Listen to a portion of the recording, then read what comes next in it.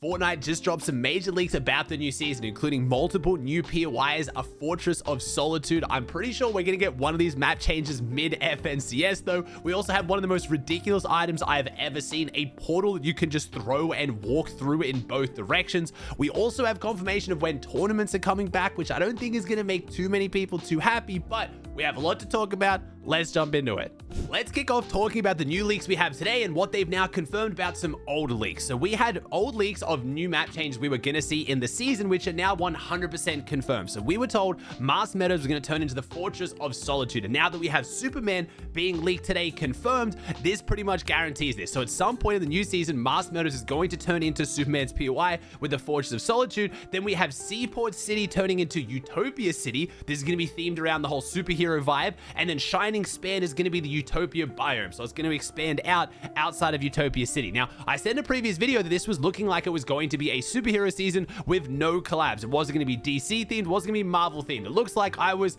slightly wrong on that. So we are getting Superman and Robin confirmed. That's the leaks that came out today. They are the only two actual superheroes confirmed so far, and it looks like we won't be getting any more than this. Now, I was pretty sure based on leakers and what I'd heard from the new season, it was not going to be a collab season. It was going to be all new, unique Fortnite superheroes. So I'm sorry, I lied to you on that one. I didn't know. It looks like the leakers didn't know as well. This caught quite a few people off guard, but if we're only getting Superman and Robin, that's not too bad. We are still getting like this kind of superhero academy vibe is what it looks like. It looks like it's going to be a school for superheroes. This isn't about X-Men. They are unique superheroes. There's been a whole bunch of skins in the in the surveys over the last few years that kind of point towards these being the skins we're going to get. So we are getting superheroes. We are getting known superheroes, but it's only a couple. But I'm excited for a Fortress of Solitude POI. Now, I think this is going to have a potentially large impact on competitive, because when you look at the scheduling for the new season, we're kicking off the new season with about 3 weeks before Epic goes on a 2-week break, and then FNCS starts straight away. I highly doubt we're going to get a new map change in the first 3 weeks of the season. We're not going to get in the 2 weeks where they go away, because they never do big updates while they're on break in case something, breaks and they're not there to fix it. So we're probably going to see this POI change either right before FNCS or midway through FNCS. Let's hope whoever's going Mars Meadows, that Fortress of Solitude is a buff. I think the same goes for Seaport City to Utopia City. I guess we'll have to see. I'm excited to see which pros try to lock this down in advance. Remember, we also have the FNCS LAN event taking place, the Global Championship, in the season after this. A lot of these map changes are going to last between those seasons, so we could see teams like Peterbot, like Clicks, who've already qualified for LAN, trying to lock down these really, really good drop spots. But we already know we're getting at least 3 pretty major map changes either throughout the season or at the start of the new season if they're not straight away. The reason why I think we're going to get the Fortress of Solitude later in the season is apparently Superman isn't set to be released at the start of the season, but midway through.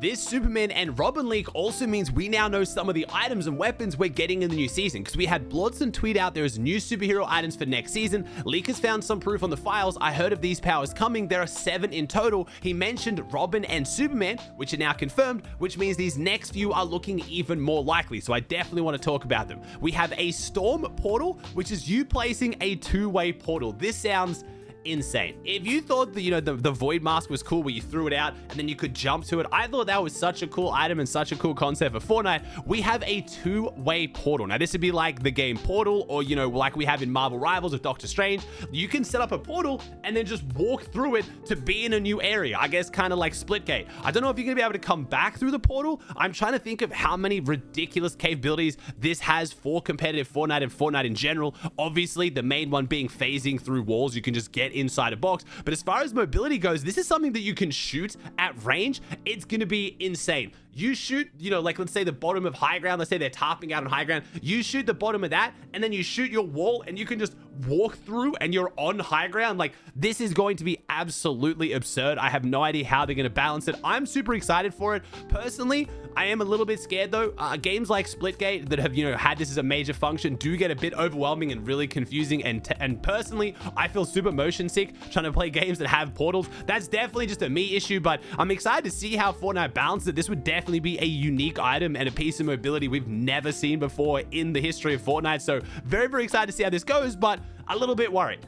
It looks like we're getting multiple items around this Storm theme. So we had Top 5 Gaming's first one brought this to my attention. They have the Storm claws in the game files as well. Now, Tommy thinks this is going to be some kind of a melee item, kind of like we had with the Black Panther gauntlets, but instead they're going to create Storm or they're going to flip the storm, kind of like a storm flip item. So I guess if you use them when you're in storm, it becomes the safe zone, and if you use them in the safe zone, it becomes the storm. This would be insane. I'm not the biggest fan of storm flip kind of items because they're extremely confusing, especially in stacked endgames, trying to figure out where the storm is versus where it's not and getting in and out of it. It's a bit of a nightmare. Kind of a cool, fun item. They could even make it where it only works if you're in storm, for example. Like maybe it doesn't turn, you know, the safe zone into storm. It only turns storm into a safe zone. So you can kind of play storm a bit more. I'm sure Queasy would absolutely love this item if that's the case. It could be fun to play around with. I'm not really sure why there are so many storm-based items, because we also have storm juice in the files as well, which I can only imagine is going to be some kind of a consumable that again maybe makes you immune to storm. Maybe it makes it so you don't take storm damage after you take this. This would be a big issue for storm sickness and, you know, tanking a lot of damage in storm. When I talk about some things I want for the new season a bit later, I'm not really thrilled by the idea that people can sit in storm even longer than they already are, because it's currently making competitive Fortnite a little bit cheesy in the early and mid game, especially for those of you guys who like a lot of fights and early engagements and excitement.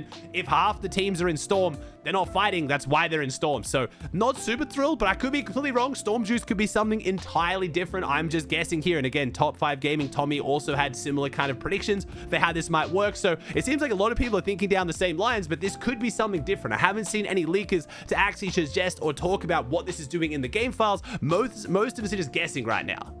One item that we do know how it functions that is said to be returning in the new season is the 0-point shards. Now, this goes back to some of the more OG players, Chapter 2, Season 5. If you remember the desert biome around the map, you could consume the crystals in the middle of the map, and it would let you dash around and teleport. They were really strong items, had some really cool potential for like doing phase-ins by like hitting the wall, and right as you go to hit the wall, you jump through it. Some really fun counterplay in there as well, and these look like they're returning to the game, with this being part of the storyline. Not only that, it looks like we are getting a new sprite, the 0-point sprite. So what I'm guessing is we have the 0-point shards around the map, but it looks like they might be carryable now, which I think would be really cool mobility. Maybe you can stack up to like 6 of them, you pop them, and you get the 0-point dash ability for like 30, 45, or 60 seconds. Would be really good in trios as well, because one person could carry, let's say, 6 of them, and then drop 1 to each of their teammate, pop it themselves. Not super overpowered. It's not going to let you just take height and bully the whole lobby, and it's some crazy advantage, but it's enough to get you through a max pull zone. If you get an opposite pull zone through the open, at least you can teleport, dash a little bit, and get there, which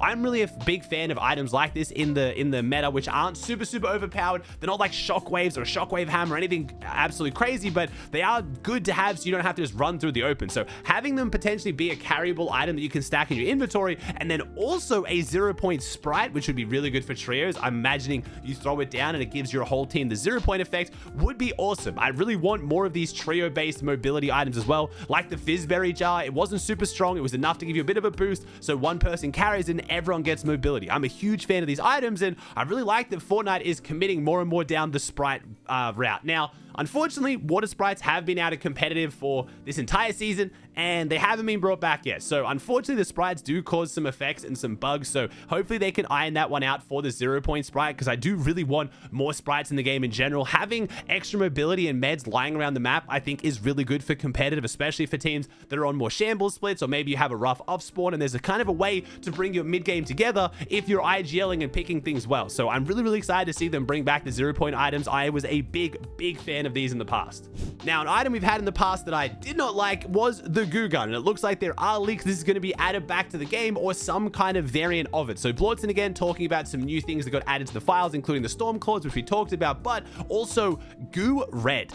And he said this could mean a new item slash feature related to goo should get added next season. Now, I'm not a big fan of this. The goo gun was a nightmare. If you didn't play during this season, you're lucky. It was a gun that had like, I think 200 charge. You would shoot it. It would shoot like a giant snake of goo that would stick to things and explode. And it basically one-tapped you. It made the game almost unplayable in certain scenarios, and you couldn't outbuild it.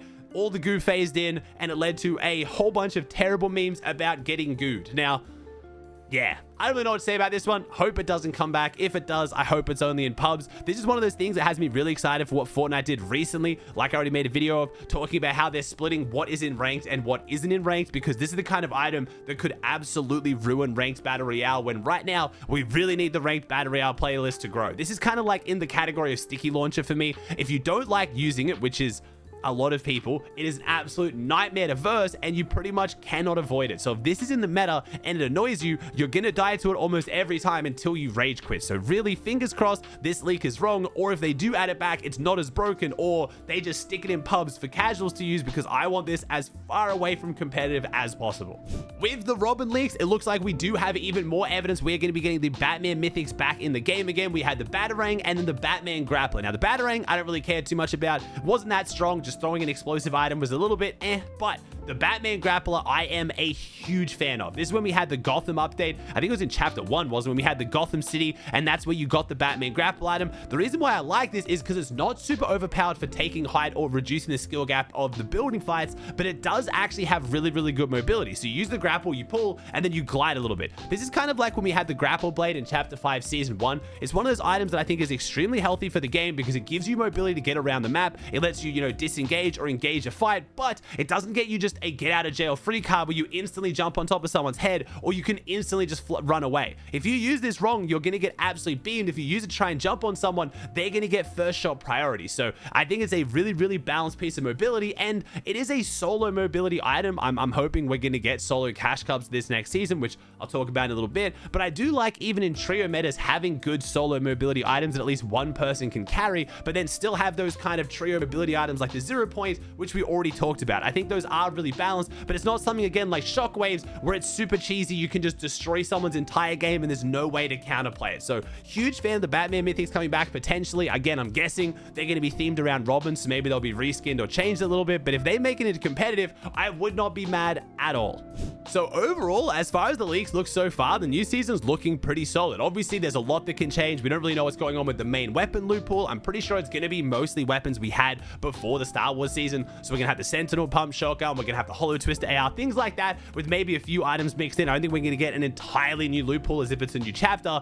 One thing that I'm not super thrilled to have to let people know, and I'm sorry that I missed this, I made a video recently talking about when I think tournaments going to come back and what the schedule could look like for the new season, and I feel like a bunch of people, myself included, totally forgot that Epic actually told us when we're getting our first major tournaments of the new season, and it's the 18th of June, which is, almost 2 weeks into the new season. So in the FNCS blog post where they announced the Pro-Am, what was going on last season, they said that the Divisional Cups will return on June 18th. So we now know that's when we're getting our first major tournaments. That doesn't mean it's going to be our first tournaments in general. I'm really hoping with the season launching on, the 7th, we are going to have potentially an Eval Cup a few days later on the Tuesday. Maybe they work in some solo cash cups, but it looks like our first major tournaments is going to be a fair bit into the new season. The reason why it's such a big problem is Epic then goes on break only 12 days after this, which means we're probably only going to have 2 Divisional Cups before Epic goes on their summer break. Then they come back from their summer break and there's only 2 days until FNCS. So if Fortnite keeps their current Divisional Cup format, if you want to play FNCS and you're currently Div 3, it means you need to play really well in the only 2 tournaments you can play to get Div 1. You're going to have to go from Div 3 to Div 2 in the first one and Div 2 to Div 1 in the next one. That doesn't leave a lot of time. So maybe Fortnite does add some kind of a, FNCS trial feature again, where they can let people play, maybe get their division up and then jump in the Divisional Cups. Maybe they'll remove the requirement for Division 1 in FNCS.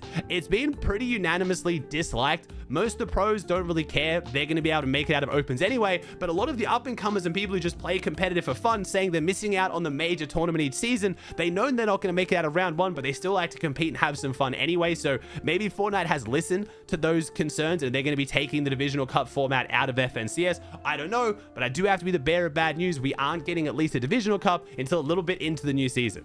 A lot of you guys have been asking me, Aussie, not what you think is going to happen in the new season, what do you want to happen in the new season? So I came up with my own competitive schedule that I think is, in my opinion, the best competitive schedule for everyone, but a little bit biasly for myself as well. So I would like Monday to be the solo victory cups. I think solo victory cups are really good for up and coming players to give them a chance to get earnings. Yes, it might only be $100 or $200, but it's still the drive to get something out of the game. It still keeps you motivated and playing the game because you have a chance at earning anything, even if it's a small amount of money. And the player base that these tournaments got for how little money was up for grabs shows how big of an incentive they are for people to grind the game and practice and take it seriously. So I would love to see those return with the opens and finals being on the same day. I think Tuesday should stay as the eval cups, but I think eval cups should only happen after there's updates, which is how they used to be. They're meant to evaluate changes with the game. So if there's been no changes, I don't really see any reason to run it. I know a lot of you guys are gonna say, well, Aussie, who cares? There's more tournaments, the better. I am someone who's always thought that there is too much of a good thing, especially in the Fortnite competitive scene. You see pros getting burnt out, you see viewership going down, player base going down. I think consolidating the hype onto less tournaments does generate more hype in general. So as much as I know, yeah, I could just not watch the tournament, people could just not play if they don't want to, I do think only having them after updates would keep them being a lot more exciting, and then you can take the prize money from those and put them on other tournaments to make them feel even more special. Now, I do like the regular solo cash cups we've had right now with, you know, only top 600 making finals. They're super stacked, really exciting. We're actually getting to see who the best solo players are. I think it's really helping the pros in like the kind of tier 2 and tier 3 scene prove themselves to get onto tier 1 teams and start to dominate. So I would love to see solo cash cup opens on Wednesday and solo cash cup finals on Thursday. Yes, I do know that means 3 days a week of solos, but I do think solos is the best game mode for generating the biggest player base and giving people something to grind for, and I think it just makes really good content. Then I think Friday should be a day off. I think we shouldn't have anything on Friday. Again, I think there should be at least 1 day off a week, and then potentially 2 on the weeks when there's no eval cup. And then I think Saturday and Sunday should be the trio cash cup opens and trio cash cup finals.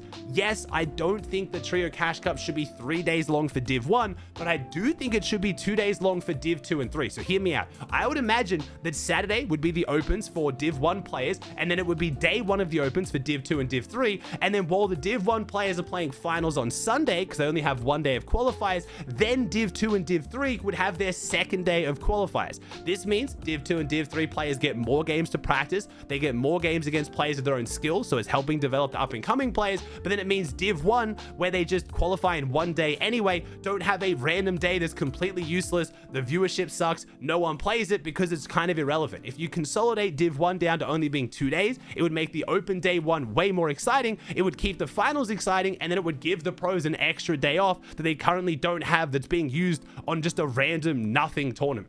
That would be my ideal week-to-week schedule, and then I would love if FNCS was just longer in general. I don't know why FNCS feels so rushed. We've had FNCSs from start to finish take less than 20 days. Less than 3 weeks to go from opens of FNCS to grand finals is just insane. It used to be like a 4 or 5 week tournament, and it was super exciting, and I don't think it was too long. I do think if Fortnite wanted to kind of implement the divisional cups into FNCS more, that would be really cool. I think like maybe 3 divisional cups should actually be towards FNCS. That way they have a prize pool, you build up series points, which promotes teams sticking together, which is obviously what Fortnite wants, builds up the storylines, it makes those divisional cups feel more significant, it makes FNCS feel more significant, and then you get really, really stacked semifinals and heats going into a stacked grand finals. One of the biggest problems at FNCS for a while now has been no prize pool, and this way Fortnite could still have a prize pool and it still lead to FNCS and feel substantial. Just my 2 cents. At the moment, with us having a good comp schedule with lots of good, exciting tournaments, having FNCS shorter is what it is, but I do really think Fortnite needs to maximize the hype and the excitement on FNCS and bring big money back into the qualifiers to kind of bring that excitement. But overall, the format has been good right now. Obviously, comp viewership and play base has been incredibly high, so not complaining, just giving my 2 cents on how I think it could be a little bit better if I had my way. I'm not going to do my entire wish list for what I want out of the loot pool. There are a few things I talked about on stream that I do think are worth mentioning. I've already talked about what I like about mobility in trios and solos, and I think so far the leaks on mobility are looking really, really good. As far as weapons go, I'm really getting over this trend of shotguns doing insanely high structure damage. I do think it kind of makes a lot of the fights feel a little bit more cheesy. I think, yes, extremely fast, really skillful players who can pump take walls and edit through and then quad edit full piece. I think that is quite exciting, but I do think it also takes a lot of the skill out of box fighting and potentially increases the ping discrepancy as well. If you're on high ping and players can just pump take your walls every time you reset edits, it does get a little bit boring. Just me personally, I don't absolutely hate it. If we get the Sentinel pump shotgun back in the game, I'm not gonna be like, oh, this season's over, I absolutely hate it. But it is one change that I see Fortnite making with recently the Sentinel pump shotgun, the Jawa shotgun, a lot of the shotguns doing insane structure damage, where I think shotguns like the Thunder shotgun that shoot slow, hit really hard, but don't just decimate walls, is really fun to use as well. Now, as far as other weapons in the loot pool, we're never going to go away from, you know, scope weapons. I feel like at this point, I do think surge trading is going to be a large issue for competitive going forward. So I really hope we have something going on around the map, whether it be mid-game objectives to get people to fight, whether it be good, strong mobility so people can get close to each other to actually fight each other, less meds around the map so people don't have 800 spare shield sitting in their base they can just trade with. Things like this to reduce surge trading would be awesome. I'm a little bit concerned for these potential storm items that either have a way to make people camp in storm longer or just make it so they're not in storm is a little bit concerning, because people playing to trade all their surge and then just rotate through storm for the rest of the game does minimize how many fights are going on in the early and mid game. So I think surge trading's at a point now where it's going to be very, very hard for Epic to fix it without them actually changing the fundamentals of surge, which I think could have a huge negative impact on the game as well. There's never been a clear answer on how to fix storm surge. Bunch of suggestions: storm surge ratios, you can only do a certain amount of damage to certain players, you only get storm surge on finishers, multipliers for shotguns to promote fighting.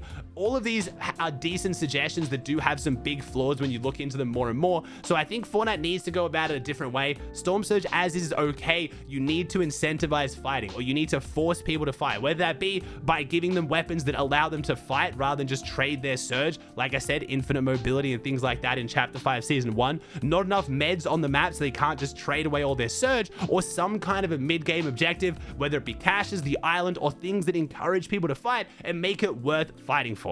Overall, I'm extremely excited for the new season. The leaks are looking really, really good. I've never been more motivated to make some sick content, so keep an eye on my Twitch channel, on my YouTube videos, my streams. I'm going to be leveling up everything and making some awesome content. Speaking of, I'll be live all tomorrow for the new season event, if you guys don't know, and June 7th at 2 p.m. ET, so tomorrow, as of you watching this video, we're going to be going into the live event for the Death Star Sabotage, which we are guessing is going to take us into downtime for the new season. That is a very, very early downtime. I'm hoping it's going to be the normal length, like 5 hours, and then we'll be in playing the new season. Either way, I'll be doing a massive stream for it, giving away battle passes, doing a bunch of cool stuff. I'll be live on Twitch and YouTube, so swing by, tune in. I'd really appreciate it.